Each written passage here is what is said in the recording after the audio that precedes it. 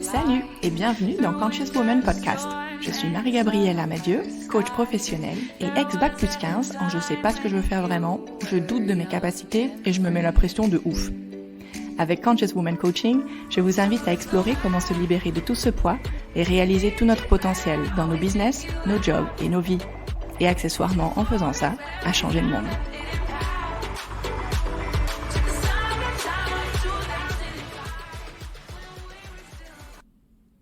Bonjour à toutes.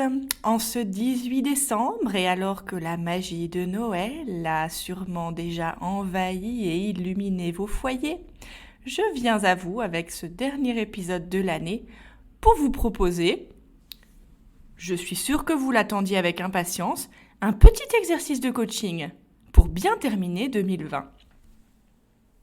Je m'explique. Jusqu'à assez récemment, je ne me reliais pas du tout consciemment au rythme des saisons, au passage que représentent les solstices d'hiver et d'été, ni à la symbolique de Noël notamment. Mais maintenant, je ne sais pas si c'est l'âge, j'en mesure tout le sens. Et donc dans quelques jours, on est au solstice d'hiver, la nuit la plus longue de l'année, et je voudrais vous suggérer de la passer cette nuit du solstice et les quelques jours, disons, qui entourent ce solstice et jusqu'à Noël, en conscience. Pourquoi ? Parce que j'ai la conviction que si on se rendait à la sagesse du moment du solstice, donc de cette nuit la plus longue, eh bien, on rendrait beaucoup plus probable la réussite des fameuses belles intentions qu'on se donne pour la nouvelle année. Et ça, je l'avais sous-estimé et je ne l'avais pas compris en fait, jusqu'à assez récemment. Donc vous savez, comme à la nouvelle année, là, il est traditionnel, connu et courant de penser à ce qu'on veut changer. Mais ce qu'on oublie de faire, et je crois qu'en effet, ça sabote la possibilité de réussir nos objectifs de nouvelle année. Ce qu'on oublie de faire, c'est de lâcher, de reconnaître tout ce qui ne marche plus avec l'occasion donc du solstice d'hiver, de la fin de l'année. Donc, ce moment du solstice, c'est le moment parfait pour vous permettre de dégager la piste et de débloquer tout ce qui vous empêchera de créer ce que vous voulez ou tout ce qui vous empêche déjà de le créer. Il y a un truc dont je pense on ne parle pas du tout assez, c'est que pour pouvoir créer ce qu'on veut, en fait, il s'agit toujours d'abord de débloquer quelque chose qui l'empêche. On ne crée qu'après avoir libéré le passage, on ne crée qu'après avoir retiré les obstacles. Et donc, ces quelques jours sont faits pour, si on écoute et si on se rend à la symbolique et à la sagesse des saisons, ces quelques jours sont faits pour que l'on ralentisse, pour qu'on ose s'arrêter et pour qu'on ose observer en nous, sans filtre et sans phare et dans le silence, et bien finalement, de quoi est-ce qu'on a marre ? Qu'est-ce qui ne fonctionne pas ? Alors, je vous ai parlé d'un exercice de coaching. C'est un peu pour rire parce que c'est pas un exercice. Je pense que c'est plus presque un rituel ou une pratique que je vous suggère pour terminer cette année. Et je dois vous prévenir, c'est souvent le moment où on se retrouve à pleurer assise par terre dans sa salle de bain. Ce moment où on s'autorise à ralentir, à s'arrêter et à regarder dans son fort intérieur ce qui ne nous convient pas ou plus, ce qui ne marche pas ou plus, c'est souvent le moment où on craque et où on a l'impression de toucher le fond. Mais ce que je veux vous dire, c'est que donc moi je suis une grande je suis une grande fan en fait de ces moments-là. Euh, Parce que si on a l'impression de l'extérieur que c'est un moment entre guillemets négatif ou d'échec, en réalité, si on se retrouve assis sur le sol de sa salle de bain à pleurer toutes les larmes de notre corps, c'est bien parce qu'à un moment quelque part, on se l'est autorisé. Donc même si on a l'impression de craquer et d'avoir zéro contrôle sur rien, en réalité, il y a une vraie dose de courage là-dedans, à un moment d'oser s'arrêter et de se dire, ben non, ça, c'est vrai que j'en peux plus, ou ça marche pas, ou j'en ai marre. Et j'ai aucune idée de comment je peux faire autrement, ou de comment solutionner ce problème. Mais ce que je sais, c'est que comme ça ne marche pas. Ou ça ne marche plus. Alors, attention, ce que je vous encourage à faire là, c'est uniquement cette partie-là, et pas du tout une deuxième partie qui consisterait à vouloir passer à l'action en trouvant des idées de solutions, de réponses, de choses qu'on devrait faire, de quelque manière que ce soit.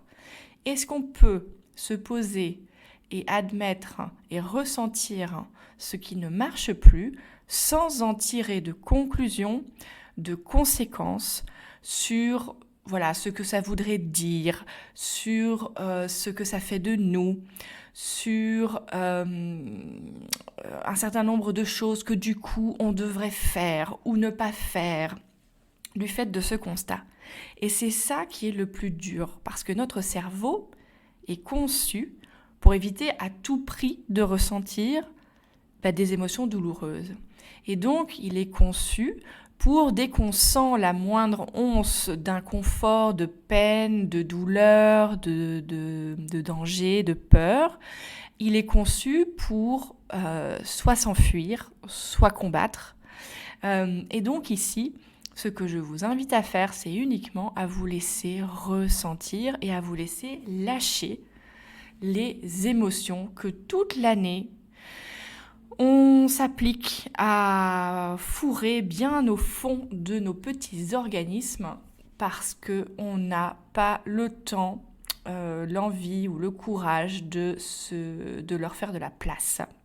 Parce qu'on n'a pas les solutions pour et que donc on les évite. Moi, c'est ce que j'ai fait pendant très longtemps. Je me suis escrimée à focaliser toute mon attention à créer ce que je voulais, à atteindre mes objectifs, qu'ils soient professionnels ou personnels.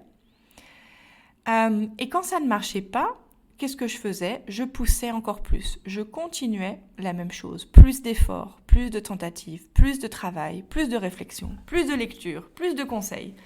Dans une espèce de quête désespérée pour y arriver.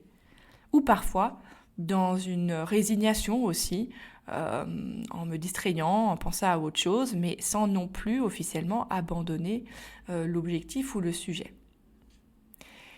Ça a vraiment tout changé pour moi quand j'ai décidé ou choisi d'abandonner. J'ai atteint un moment, c'était au début de cette année 2020 d'ailleurs, où je me suis retrouvée assise par terre en me disant non, ça ne va pas, ça ne va plus. Donc pour moi, c'était un sentiment d'épuisement, de fatigue permanente. C'était la manière dont je travaillais, dont je me suis simplement rendue à l'évidence que vraiment non, ça ne fonctionnait plus pour moi. Et ça a été un soulagement immense de me donner le droit de le reconnaître en fait. Ça a créé un espace intérieur, une quiétude intérieure qui, je m'en rends compte maintenant, a ouvert la possibilité de tout le reste de ce que j'ai fini par créer cette année, mais que jamais je n'avais anticipé. Donc, c'est de faire ce silence, cet espace, et de lâcher ce qui a besoin d'être lâché, qui laissera en son temps la possibilité à la nouveauté d'émerger. Et aux idées et à la guidance entre guillemets de quel est le prochain next step pour vous. C'est comme ça qu'ils pourront se révéler. Alors, si vous voulez changer, transformer des choses dans votre vie en 2021, si vous avez déjà des idées, des objectifs, je vous invite de manière stratégique, si vous voulez y arriver, à d'abord vous donner le droit de rendre les armes et d'abandonner sur la fin de l'année 2020. De pendant quelques jours, ne pas ni lutter contre, ni fuir vos problèmes, d'oser vous dire qu'est-ce qui ne marche plus et de faire de la place à ces réalisations en votre fort intérieur. Vous me direz d'ailleurs, si vous le faites, ce que ça vous a permis. Voilà, un très court épisode, mais qui j'espère pourra vous accompagner pour les quelques jours qui restent avant la fin de l'année. Cela me fait penser d'ailleurs que si, en l'occurrence, vous vous sentez épuisé, fatigué, découragé, etc., ma méditation guidée EFT pourra peut-être vous aider à lâcher tout ça et à créer de l'espace intérieur. Vous pouvez la télécharger. En fait, les liens sont... le lien pour la méditation, vous le trouvez dans ma bio sur Instagram et dans ma bio sur Facebook également. Donc, Conscious Woman Coaching.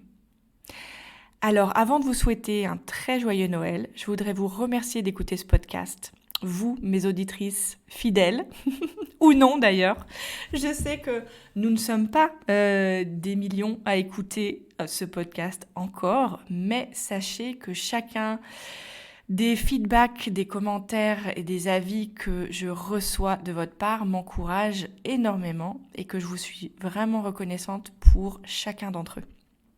Alors, le podcast prend des vacances et reviendra relooké en 2021, figurez-vous, sous un nouveau nom même. Alors, suspense, je vous donne rendez-vous en janvier pour découvrir tout ça. Je vous souhaite un joyeux Noël et lâchez bien tout ce qui ne fonctionne plus parce qu'après, en 2021, on va tout faire péter. Ciao! Merci beaucoup de nous avoir écoutés. Et maintenant, venez, on discute sur mon compte Instagram, Conscious Woman Coaching, ou sur ma page Facebook, Marie-Gabrielle Amadieu. Qu'est-ce que vous retiendrez de cet épisode ? Si vous avez aimé ce podcast, partagez-le en l'envoyant à vos sœurs, vos cousines, vos potes, vos filles et vos mamans. Donnez-lui 5 étoiles sur Apple Podcast et abonnez-vous pour suivre tous les prochains épisodes gratuitement.